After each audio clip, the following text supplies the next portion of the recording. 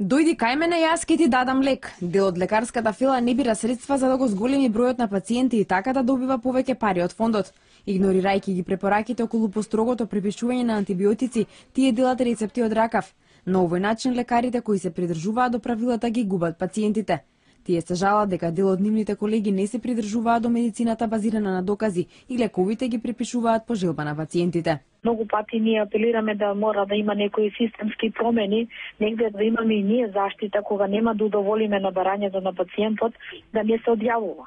Ако пациентот не е задоволен од докторот за стане цврсто, се случува се уште има одјави. Не се многу чести, но има.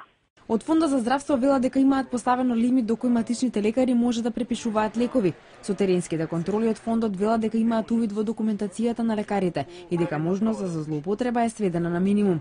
Доколку докторот сепак одлучи да препишува лекарства и над тој лимит, тогаш Фондот за здравство, согласно овие контроли кои што ги кажав, во текот на наредниот месец ги одзема тие средства од висината на средствата кои што треба да му бидат исплатени. Министерството и Фондот за здравство имаат заеднички проект за рационална употреба на антибиотици. Во него има точно утврдени правила кога и зашто треба матичниот лекар да препише антибиотик. Овој вид лекови да се земаат при бактериски, а не при вирусни инфекции или вирози.